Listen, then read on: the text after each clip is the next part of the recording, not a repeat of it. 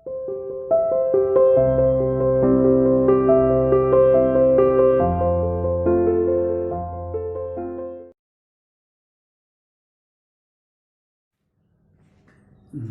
to CR International School online classes. Hello students. Now we continue the topics for the predict test. जैसे predict test से पहले बेटा हमने second chapter start करा दिया था और उसमें हमने कुछ टॉपिक्स करा भी दिए थे. आज वैसे हमारा जो टॉपिक है वो डिस्कवरी ऑफ द प्रोटॉन और वैसा है, लेकिन उससे पहले मैं आज की वीडियो में ऐसे करता हूँ कि जो पुरानी चीज़ है वो रिवाइज करा देता हूँ, क्योंकि 7 to 8 डेज के बाद आप लोग आ रहे हो और आगे की चीज़ों को समझने के लिए पुरानी चीज़ें सरफेस पे होनी माइंड के आपको जरूरी है. Is that clear? तो याद करिए, जैसे बेटा हम इस चैप्टर के स्टार्टिंग में क्या पढ़ते हैं कि इलेक्ट्रॉन की डिस्कवरी या कैथोड रेज की डिस्कवरी का पॉइंट आया कैसे. किसी ने भी नहीं सोचा था कि एटम के अंदर कुछ और भी होगा. डाल्टन थ्योरी बहुत अच्छे से काम कर रही थी, है ना. क्योंकि डाल्टन ने, आप याद करिए, क्या बताया था, कोई भी सब्सटेंस छोटे छोटे पार्टिकल से मिलकर बना होता है ना. Consist with very small particles that small, है ना, smallest unit of any substance is called atom. ये पहली पोस्टुलेट थी, ठीक है. और atom is neutral, atom is indivisible, है ना. आगे और भी थी, लेकिन फिलहाल हमारा मेन इंपॉर्टेंट क्या है, यही थी. तो बेटा ये पॉइंट आया कहां से? सारे कंजर्वेशन ऑफ मास के रूल, है ना, डेफिनेट प्रोपोर्शन, मल्टीपल प्रोपोर्शन, सब अच्छे से फॉलो हो रहे थे. तो किसी ने भी ऐसे सोचा नहीं था कि एटम के अंदर कुछ और भी होगा, और ना कोई उसको फोकस हो गए. साइंटिस्ट रिसर्च कर रहे थे कि हमें इसके अंदर कुछ ढूंढना भी है. तो वहीं पर एक अलग साइंटिस्ट थे बेटा, फैराडे और उनके कुछ स्टूडेंट्स, को साइंटिस्ट साथ में, वो काम कर रहे थे गैसेस में कंडक्शन पर. चार्ज को फ्लो कराने की कोशिश कर रहे थे बेटा, किसमें? गैसेस में. जैसे आपने देखा सॉलिड सब्सटेंस, ये वुड वगैरह छोड़ दो, मतलब मेटालिक सॉलिड जो होते हैं उनमें आप आसानी से चार्ज को फ्लो करा सकते हो. जो लिक्विड सब्सटेंस है आप उसमें चार्ज को फ्लो करा सकते हो. लेकिन अगर एयर कहीं रूम में भरी हुई है और एक इलेक्ट्रिक वायर भी है जहां जिसमें करंट आ रहा है और आप करो, तो आपके पास नहीं है, जब तक आप वायर को नहीं छूओगे तब तक तो करंट आपको नहीं मिलेगा ना.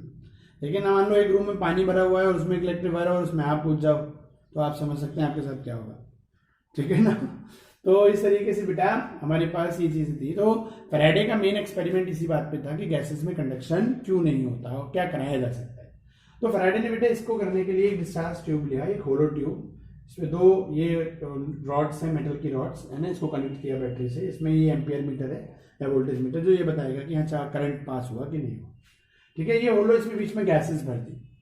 तो जैसे इन जनरल हमारे यहाँ क्या होता है, 220 वोल्ट की लाइट आती है, तो उसमें जो इन जनरल जो भी वोल्टेज वहां रहता होगा, ठीक है, उस कंट्री में जो जनरल, उस पर बेटा करंट को पास करा के देखा इस गैसेस में. अब सीधी सी बात है, यहाँ तो निडल में मूवमेंट तभी आएगा ना जब ये सर्किट पूरा होगा. यहाँ से आके यहाँ से सर्किट चार्ज फ्लो करेगा, ये पूरा सर्किट हो जाएगा, तभी तो इसमें एक डिफ्लेक्शन आएगा. तो ऐसे कोई डिफ्लेक्शन आ ही नहीं रहा. तो इसने ये वोल्टेज को बढ़ाने स्टार्ट किया. मैंने पढ़ाया था, आपको याद करो, 10,000 वोल्ट तक लेके गए. उसके बाद ये डिस्चार्ज ट्यूब ब्लास्ट हो गई, तो इसने इसको यहीं रोक दिया. फिर ये सेक्शन पंप जो होता है, इसके थ्रू प्रेशर को चेंज करने स्टार्ट किया. तो एज नॉर्मल 1 atm के प्रेशर से इसको जब 0.01 atm के प्रेशर पे लेके गए, तो क्या हुआ, इसमें एकदम निडल में मूवमेंट आया, मतलब कंडक्शन हुआ. दोबारा करके देखा उसने, तो उसने देखा हाँ ये सेम रिपीटेशन हो रहा है. और फिर उसने डिफरेंट गैसेस का देखा, तो 0.001 atm के प्रेशर तक, है ना, सभी गैसेस ने क्या कर, मतलब मोस्टली गैसेस जो उस टाइम प्रेजेंट थे उन्होंने कंडक्शन कर दिया. तो फैराडे ने एक लॉ निकाल दिया, ठीक है, नहीं क्या, कि गैसेस में नॉर्मली तो कंडक्शन नहीं होता, चार्ज फ्लो नहीं करा सकते, बट हम स्पेसिफिक कंडीशंस में high voltage and low pressure पर हम गैसेस में भी कंडक्शन कर सकते हैं. तो इज दैट. और उसने साथ ही साथ क्या किया, ये भी दिया कि जब ये कंडक्शन होता है गैसेस में, तो इस जो डिस्चार्ज ट्यूब है बेटा, इसमें ब्लू और ग्रीन कलर की एक फ्लोरोसेंस भी डेवलप होती है, आती है. मतलब एकदम फ्लोरोसेंस मतलब चमक, ब्लू ग्रीन कलर की लाइट हुई गायब हो गई, लाइट हुई हो गया. Is that clear? तो इस तरीके से बेटा ये फैराडे का तो अपना काम हो गया, लेकिन यही डिस्कवरी बेटा किसने पढ़ी, एक और फिजिक्स में साइंटिस्ट थे, जे थॉमसन, ठीक है नहीं. तो जब उन्होंने ये पढ़ा तो उनके दिमाग में ये पॉइंट आया कि भाई सॉलिड में भी कंडक्शन होता है, लिक्विड में भी होता है, गैसेस में भी होता है, सब में होता है, लेकिन वहां कहीं फ्लोरोसेंस तो डेवलप नहीं होती. लेकिन यहाँ अब इन गैसेस में ऐसा क्या है कि इसमें ब्लू ग्रीन कलर की फ्लोरोसेंस डेवलप हो रही है. तो पॉइंट यहाँ पर आया. तो जे थॉमसन का दिमाग इस पॉइंट पे अटक गया. तो उन्होंने क्या करा, यही डिस्चार्ज ट्यूब दोबारा लगाई, दोबारा ये एक्सपेरिमेंट करके देखा. लेकिन बेटा इसमें चमक इतनी तेजी से होती थी और होके गायब हो जाती थी, वो पता ही नहीं लगा पा रही है कहाँ से आ रही है, कहाँ से पैदा हो रही है. तो याद करो मैंने आपको क्या पढ़ाया था कि उन्होंने जो इसकी इनर वॉल थी, ठीक है, डिस्चार्ज ट्यूब की जो इनर वॉल थी, उस पर क्या करा, जिंक सल्फाइड का पेंट किया. इस पर किसका, है ना, ZnS का, जिंक सल्फाइड का, ये क्या फ्लोरोसेंट मटेरियल होता है। ये अपने ऊपर पड़ने वाली लाइट को ऑब्जर्व करता है और उसी लाइट को फिर धीरे धीरे है ना रिलीज करता है। जिसको एक्चुअली क्या है, बेसिकली लाइट में क्या होती है, एनर्जी। तो अपने ऊपर पड़ने वाली जो अचानक एकदम चमक से लाइट एनर्जी प्रोड्यूस हुई और मतलब in the form of the light, उसको ऑब्जर्व किया और उसी एनर्जी को रिलीज करता है in the form of the light. तो धीरे धीरे धीरे वो चमक कम होने लगती है। तो क्या हुआ, चमक का ड्यूरेशन, टाइम ड्यूरेशन बढ़ गया उस फ्लोरोसेंस का।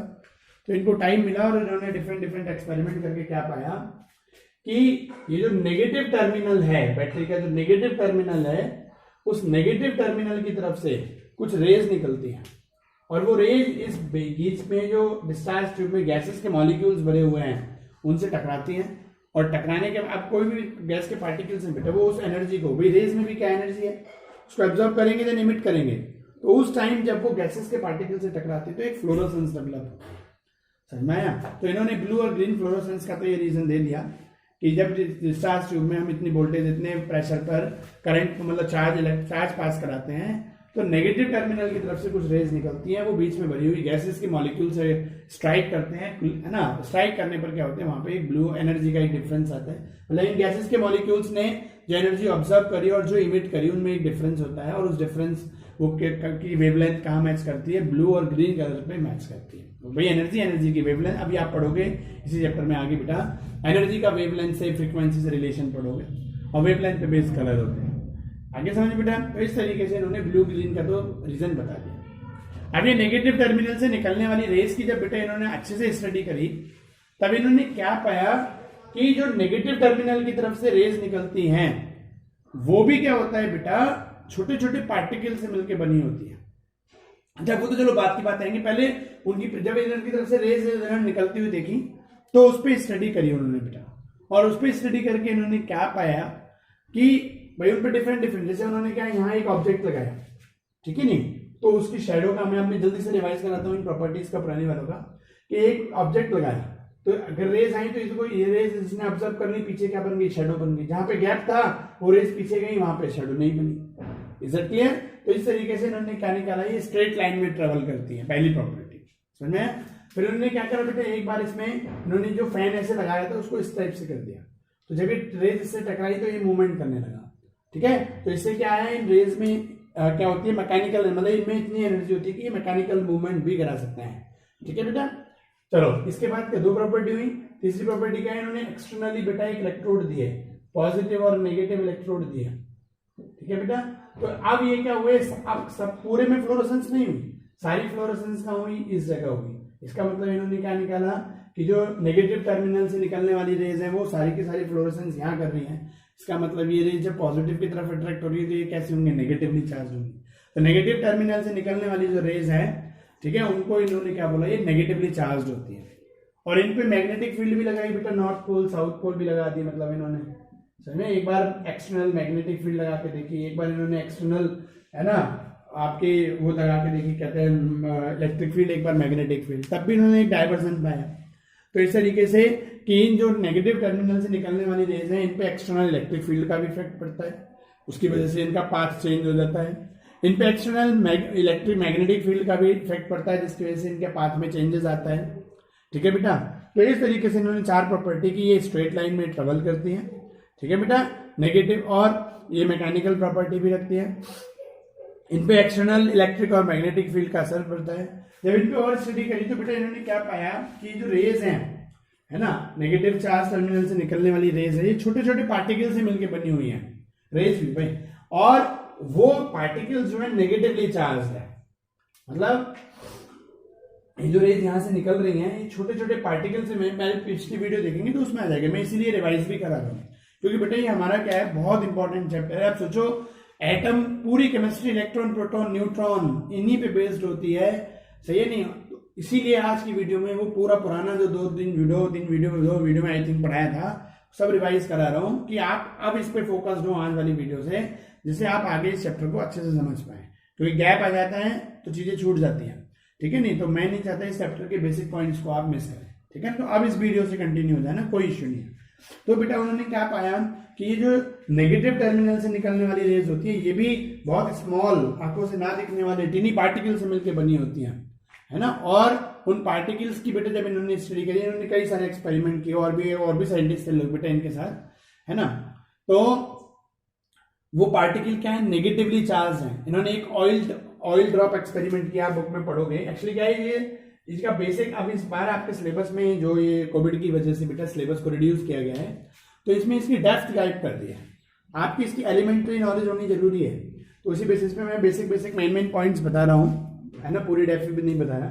तो एक बेटा ऐसे ही कोई एक्सपेरिमेंट था, आप बुक में पढ़ोगे, तो ऑयल की ड्रॉप्स को, और इधर से एक माइक्रोस्कोप देखोगे, ऑयल ड्रॉप है, एक पे चार्ज कनेक्टेड है, ये बाउंड्री होती है, इस टाइप से आपको एक वेसल लेते हैं, एक लेयर को कनेक्ट करते हैं बेटा पॉजिटिव टर्मिनल से, एक को नेगेटिव, तो इस तरीके से आप एक देखो, उसको मिलिकन ऑयल ड्रॉप एक्सपेरिमेंट बोलते हैं, ठीक है बेटा।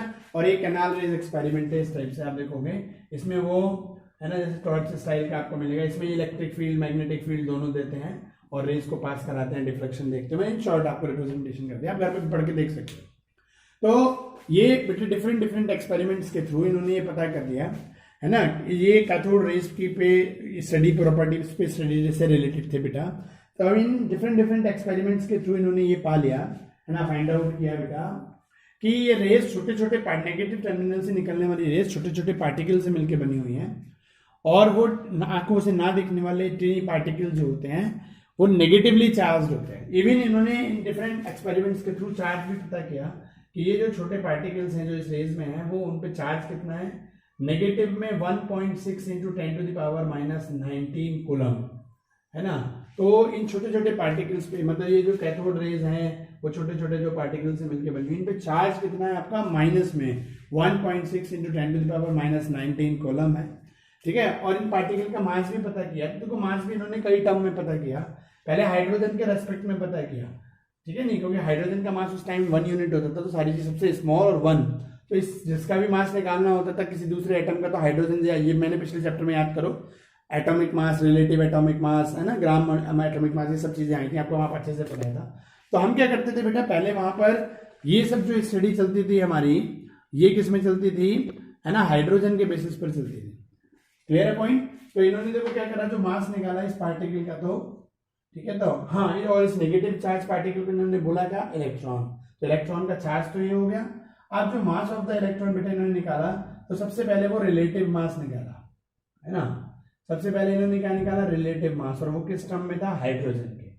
तो इन्होंने क्या पाया कि 36, किसी बुक में 37 मिलेगा, ये 40 तक, है ना, 36 to 40 तक वेरी कर जाता है, ठीक है बेटा। डिफरेंट बुक्स इसको, कोई बुक 1836 कहता है, कोई 37, कोई इवन 40 तक पहुंचा देता है।